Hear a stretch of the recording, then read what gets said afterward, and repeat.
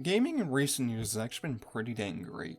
Seriously, there have been some titles with controversy galore, mostly in the AAA space with stuff like Cyberpunk or Fallout 76, but there has been some serious life coming into the scene, mostly in regard to our darling little indies. Sure, there's been some bad with things like the wave of generic indie horror, or disasters like the case of Yandere Sim, but there's also been a wealth of fantastic games that I will absolutely talk about someday.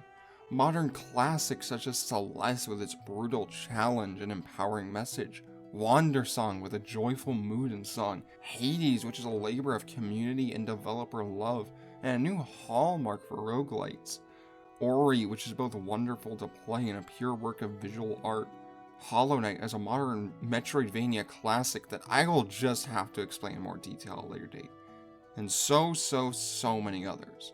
But apart from all these amazing games and obvious promises for videos I'll regret making, one game of this decade stood out more than anything else. A game that really has pushed the bounds of what games can do and be, something I don't think will ever be truly replicated. The game in question? Outer Wilds.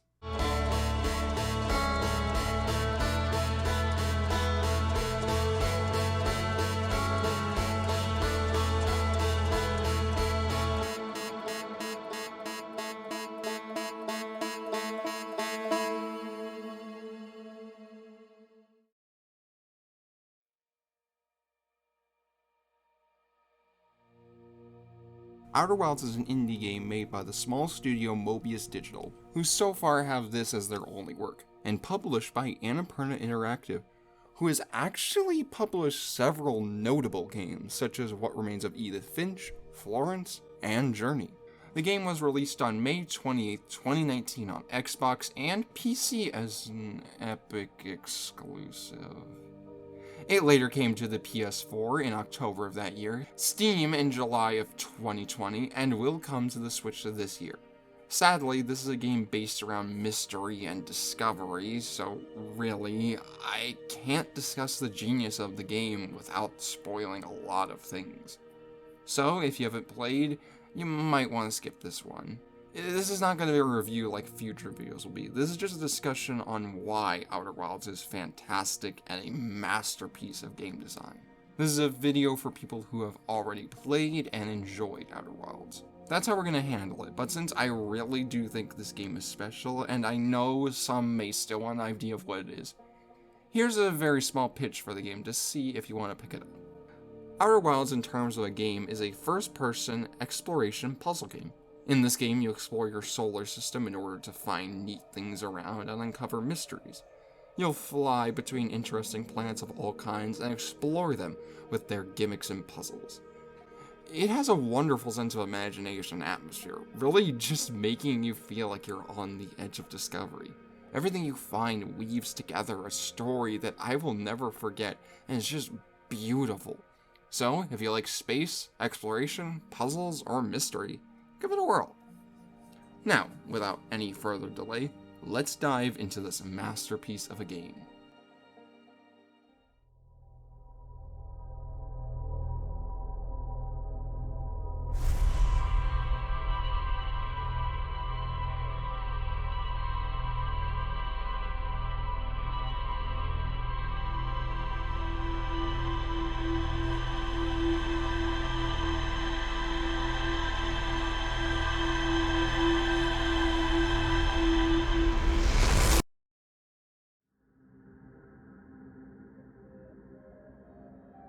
I would say Outer Wilds has two main forms of gameplay beyond just the exploration and flying, solving the puzzles of each planet and unraveling more of the mystery. But these two actually go hand in hand and sometimes are just one and the same. Now, puzzles can take many forms depending on the game, but often they are using the objects at your disposal in unique ways to solve a problem and progress. This method is seen in games from Portal to Zelda to even something like Half-Life or Kirby in more tiny situations. And although Outer Wilds can be similar, it runs into an interesting question. How can you make puzzles, or even progression, without collecting anything or even having many tools to use? The way it does this is really something I have not seen in this type of game, only really in die-hard mystery games. That being that the thing you use to solve puzzles is purely information. You don't find anything to use most of the time. The only true tool you have is your launchable scout, which does get some use for puzzles like the anglerfish fossil, and in conjunction with what I'm just about to talk about, but most puzzles are solved by finding information through the solar system and putting the pieces together to find a solution that was there the whole time. There is not a single puzzle that couldn't be solved in your very first loop on accident. Heck, there's even an achievement for finding the eye on your very first loop.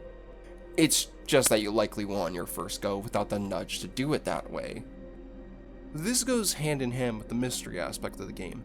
The story is laid out like such, picking up bits of info you need to put together to understand it, and having hooks towards smaller mysteries and stories on the various planets.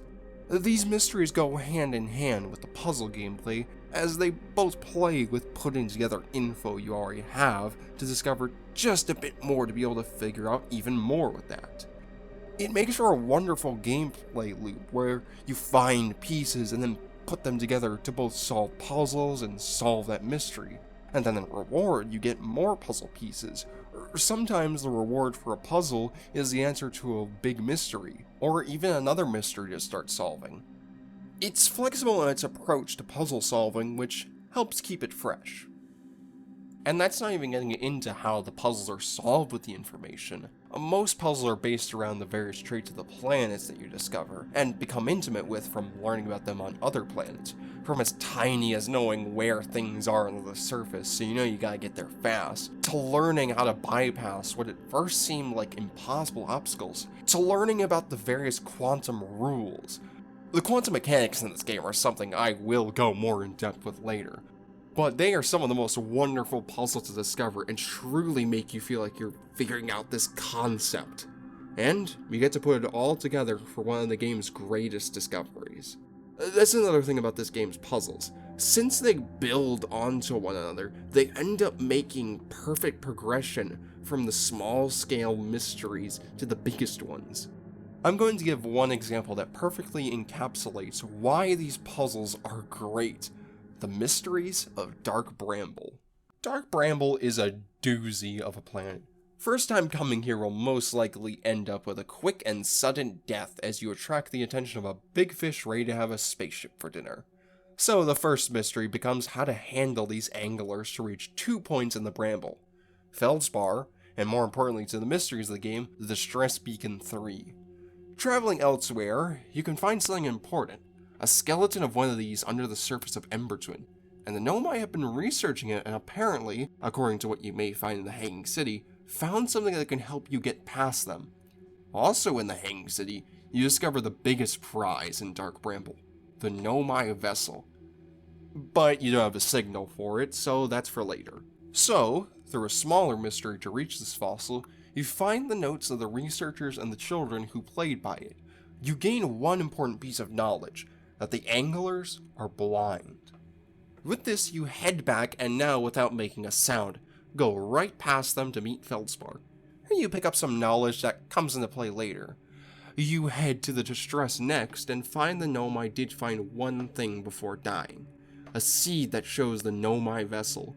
With knowledge of Dark Bramble and the knowledge from Feldspar, you launch the scout into it and follow the duplicate and come to the final mystery. The only portal leading you to the vessel is guarded by anglers at the entrance.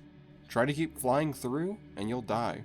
So, finally, you must think about how the planet's mechanics work, and a bright mind will put together that since it's 0G, you will keep momentum, and can just not keep thrusting once you make it through. And, with that, you solve the ultimate puzzle to reach one of the game's biggest discoveries with the Nomai vessel.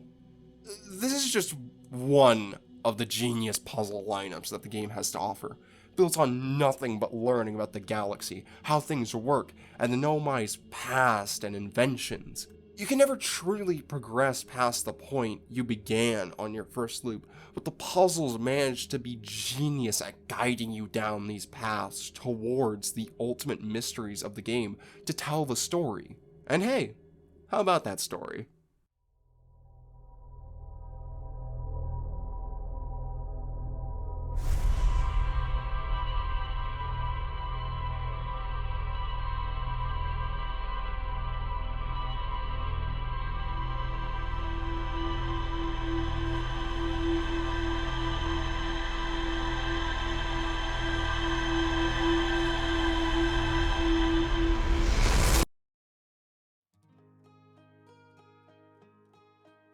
This is a quality I did not expect from Outer Wilds when I picked it up, but its story and characters are absolutely wonderful. In terms of characters, you encounter both the wandering travelers, who are your fellow space cadets, and the old writings of various Nomai people.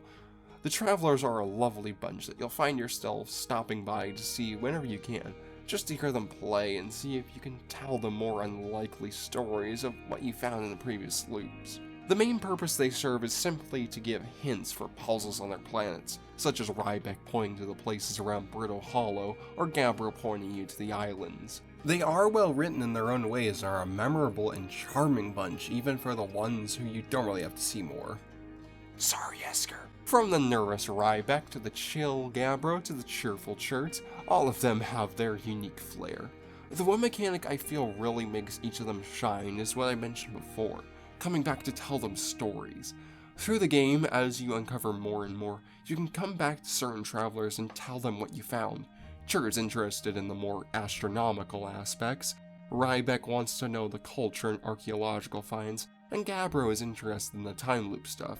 This mechanic keeps most players returning to the travelers, and forming a bond with all of them, except maybe Esker, which pays dividends in the ending, which we will discuss further on in the video. Though the travelers aren't the real treat here, that instead goes to the Nomai. Despite being dead for ages, the writing you find lets you figure out the character of a certain Nomai, and see their development, their fears, and even their relationship to other Nomai. This is mostly thanks to the writing style that is made to be basically conversations between the various Nomai, or just a single Nomai writing notes to themselves. But it truly surprises me how well these stories were told, and how well written the Nomai were, with how little some of them had. It's a slow burn to get to know them as you slowly recognize their name as they pop up more, getting bits and pieces of who they were, and eventually getting the conclusion of their life, whether heartbreaking or less so. These are people you are told from the start are all long since dead, and yet it still hurts as you piece together the true fate of the Nomai, and recognize how they went extinct and where they were. The story is certainly woven wonderfully by the characters. A story of the race for discovery and the cruel hands of fate blocking them from that. The Nomai came with one goal: to find the eye of the universe. Despite crashing and losing so many of their people to the sudden growth of Dark Bramble, something that never could have been predicted, they carry on. They regroup from their disparate cities and begin to colonize more and more throughout the system for one goal: to find the eye of the universe. You see how far they are willing to go with digging out an entire planet to build up what is needed for the project. You see the doubts of some that eventually turn to realizing that discovery is worth it no matter what it brings. You see Nomai as people, writing letters, hoping family is okay, even seeing some fall in love. You see the depths to which they will go in order to complete the project, and their despair as none of it works. They give everything to this project, and in the end, they cannot complete it. The crucial step fails, and they cannot reach the eye. And then, the universe decides to destroy them. As they decide to quickly check out a comet entering the system, they find it contains the deadly ghost matter we've been dodging throughout the game. But as it approaches the sun, the comet's core explodes, and every Nomai in the system, except for a sixth of one, dies instantly, leaving the disturbing scene of Nomai just going through their day normally, and dying on the spot with their skeletons left for you to find. You find this out slowly, but as the pieces come together, they make powerful reveals. Whether finding this horrible truth, seeing the development and eventual failure of the Sun Station and Ashtwin Project, to seeing the development of characters like Pokey and Solanum as they grapple with their fears and we see them grow up, to finding the tiniest bit of hope as we find Solanum still living and make one friend. I'll talk about the conclusions of the story in the ending segment, but it plays on this masterful plot perfectly to hit you right in the heart. But none of this would matter if finding out this story wasn't fun on its own, right? Let's talk about the feeling of exploration and atmosphere of this game.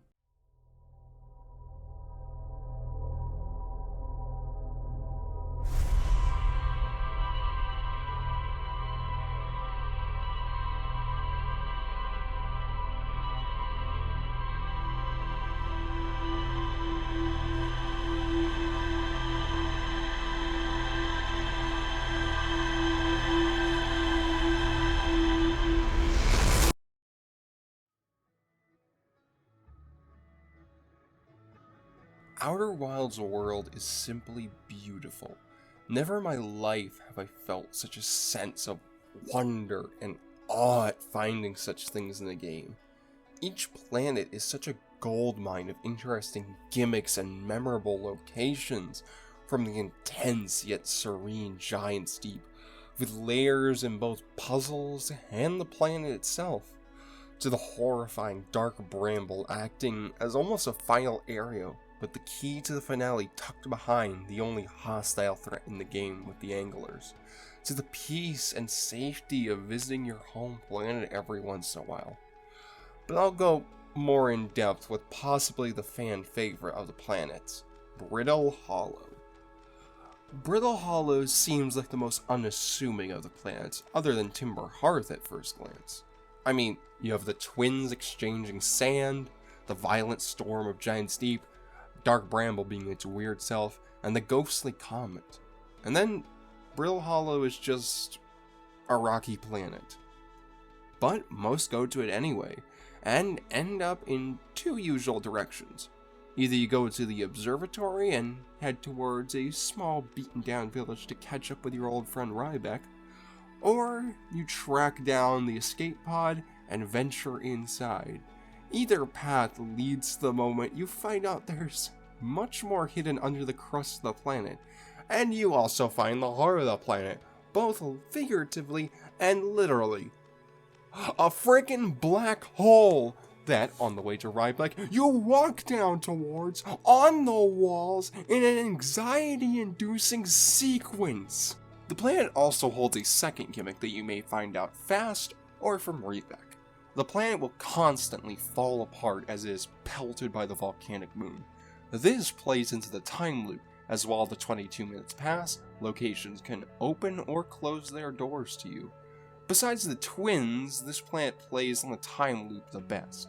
But that's not the end, because it has so much to explore in terms of story and general location.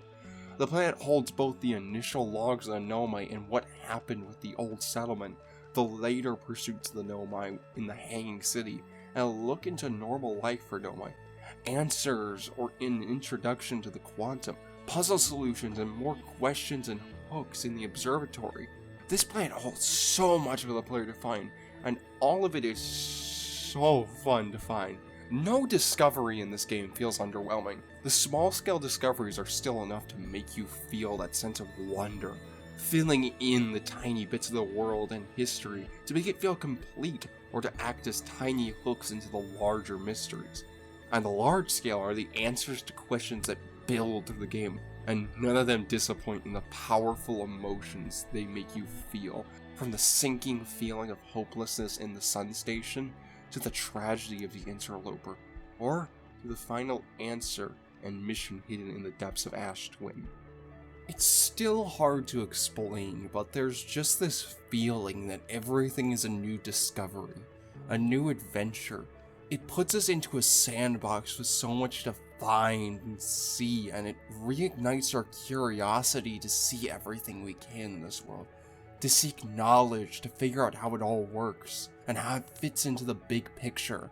And as a last topic on the atmosphere, let's bring back the black hole, because it gets me into something small but really important to me about this game: the real science behind it. This game loves to bring in fun scientific concepts, from just the movement of the planet, black and white holes, and the big one, quantum mechanics. We'll get into the last one a bit more, but bringing in these fun concepts, these more fascinating bits of science both ground the game to immerse us, and also strangely bring back that feeling of wanting to learn about the mysteries of space as a kid. That true passion to learn about what interests and fascinates us. Bringing in these things and also playing their concepts into the story, but to know by studying and learning about them with us is a wondrous way to basically bottle that feeling and use it for emotional impact. I know I may be making these very simple things into more, but I really feel like there is an emotional side to implementing these in. And now let's come back to those quantum objects, because they play much more into gameplay. I cannot count the number of games that just throw in the word quantum without caring about what that actually means. Outer Wilds is different though. The quantum we see here is based on actual quantum theory on a macroscopic scale, and that is so much more interesting than anything they could have just put the label of quantum on. They will constantly move and play on observation like real quantum superposition. The game even goes full scientist and brings in its own principles and rules for how these work on the scale we see. And these rules get used for really fun puzzles throughout the galaxy, culminating in a final quantum test with the ever-looming mystery of the quantum moon.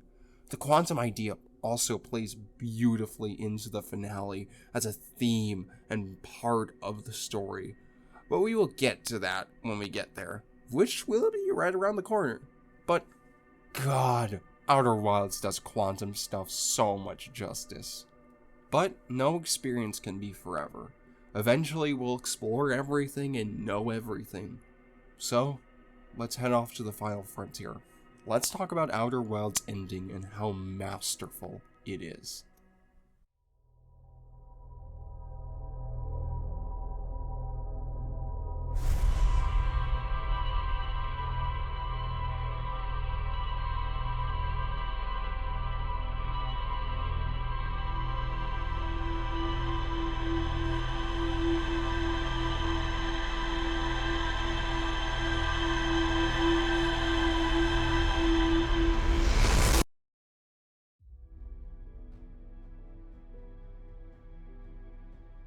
The build-up to the finale for most has them solving the final mysteries of the game as everything starts to come together. But these final reveals leave them with horrible truths to accept.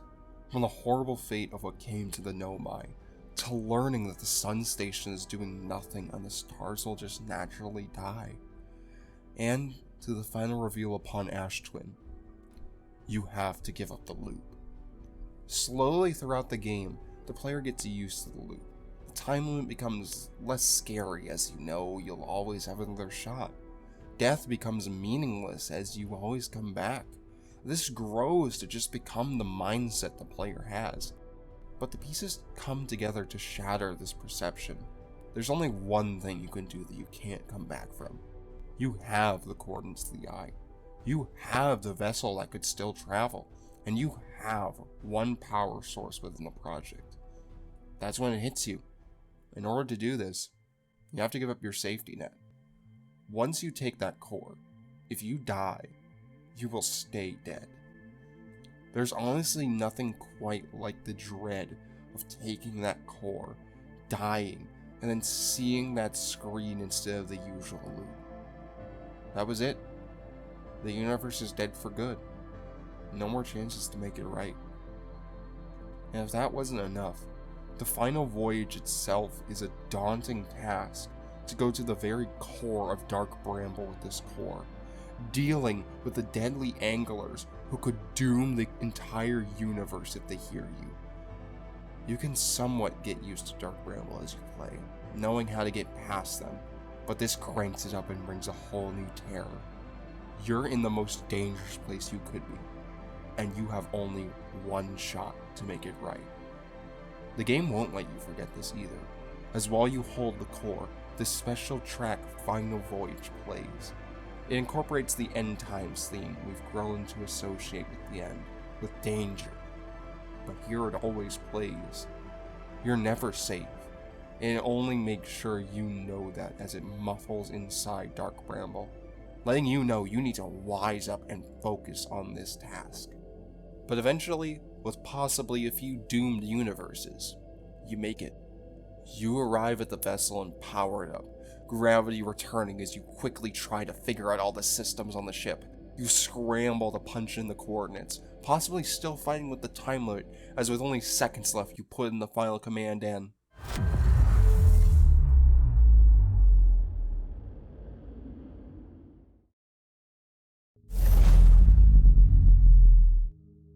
you arrive. You did it. You made it to the massive quantum storm known as the Eye of the Universe. A sharp eye will notice a bigger than usual supernova in the distance. And you know what that is. Your star, and probably the Ash Twin Project are gone. There's no going back now. You hold on to the hope that maybe this place will have a way to save it, as you warp down onto the Eye. The Eye feels alien. Even more so than the quantum moon was. The storm rages on as all you can do is walk and maybe fire your scout, which may eventually make you lose it. And then you find it. The massive eye of the storm you saw upon the quantum moon. This time, you harness the strange physics of the eye and jump straight in, and then...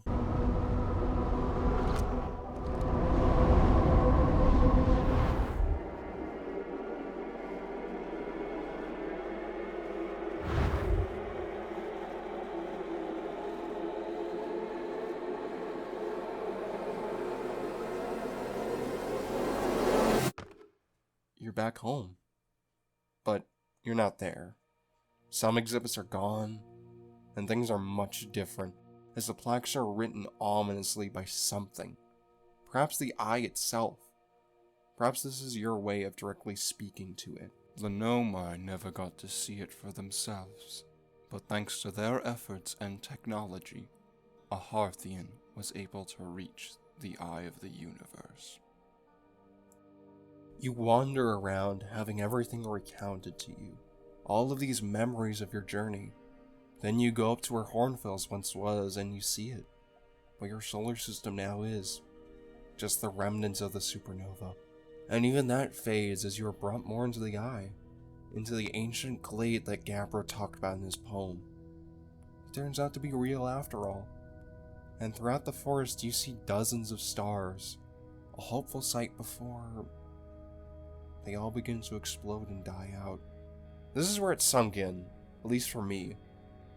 The Eye will not solve anything. The universe will die, and there's nothing that can be done to stop it. All we can do is watch. You walk, and eventually you may pick up a signal. Someone breathing? You follow it till eventually you find a copy of yourself, and it quickly changes into a tree. After a bit of quantum things, it changes to a familiar campfire which you light up. And then slowly, Esker appears, likely the first of the travelers the player encountered. Back here alive and asking the player to tune into the signals.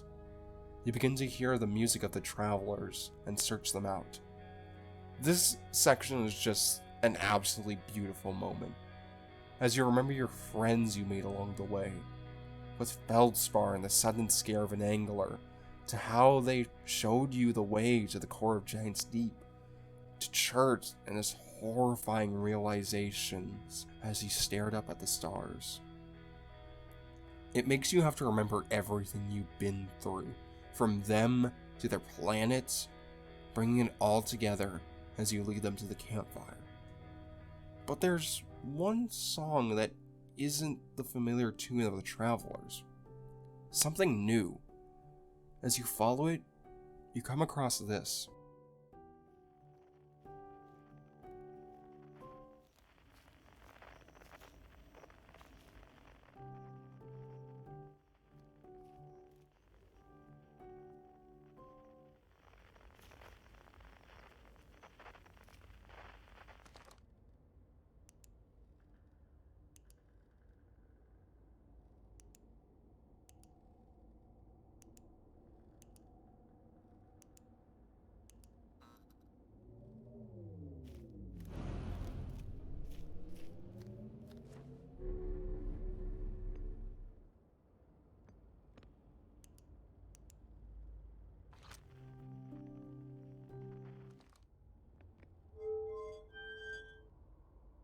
The Nomai gave everything.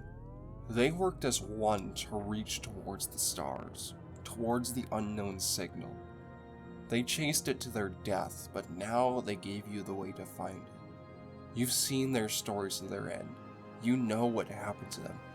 You can find their bodies. But there's one whose story wasn't over. One who you may call a friend.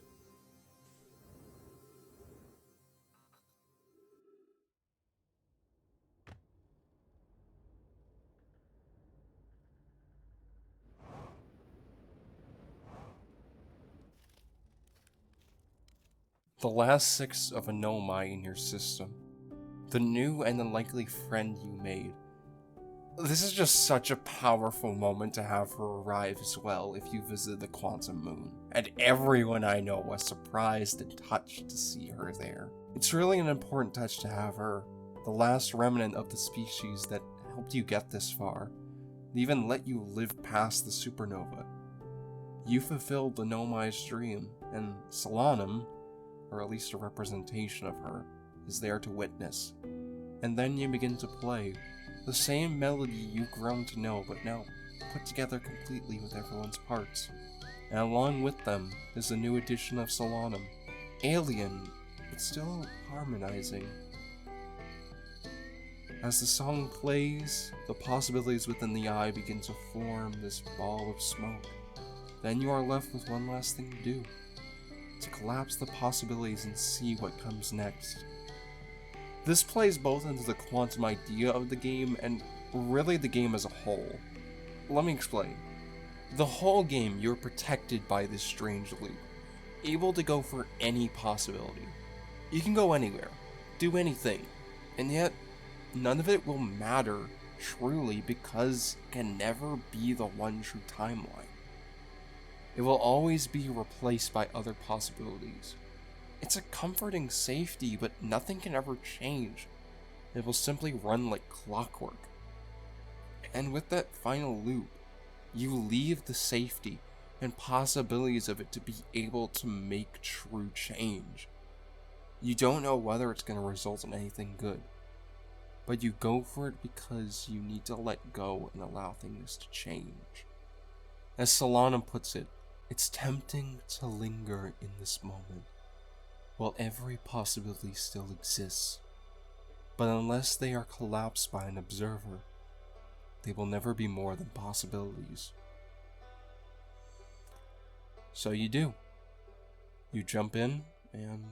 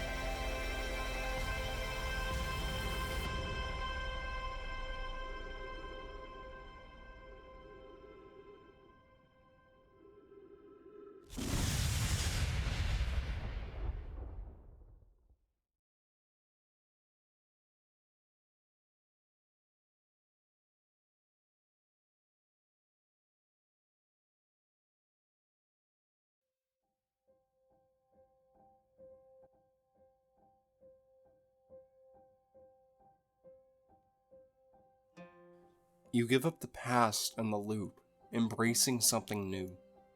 You could never save the universe. It was already set in stone from the start. But by letting go of the possibilities of what could have been, you embrace something new. Something wonderful, as we see in the final bit after the end credits. New species will come to explore the stars and enjoy campfires just as we did.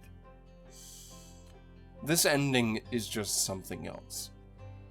I usually am not that emotionally affected by things, but God, this ending got to me.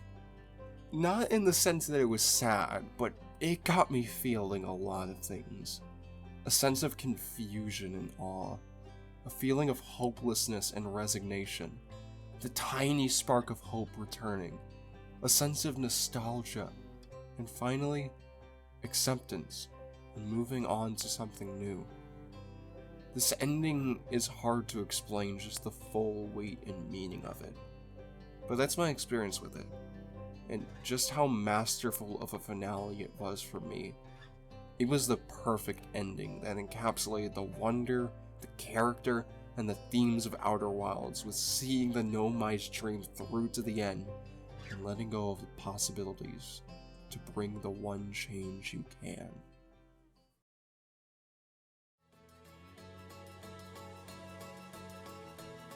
Outer Wilds stands as one of my favorite games of all time for good reason. This game is unlike anything else, and it executes that something it wants to be perfectly. It made me feel things that no other game has, and just forged such a strong bond with me as a player. It's a game I know inside out and will never stop thinking about. I hope I could do it the justice it deserves here. Probably not, since this is my first attempt at a video like this, but who knows, maybe this video can be made better in the future. And in good news for us, rumors of a potential DLC dropping can keep us excited, knowing there will be more of this masterpiece coming soon. I am definitely excited to see both this, and whatever else Mobius Digital decides to make next. But for now, that's the end of my little talk about Outer Wilds. But hopefully it will not be the only video of its kind. I really do want to make more of these passionate video essay/review type videos. Expect some more soon on those games I talked about at the start. That's all for now. See you in the next video, wherever that will take us.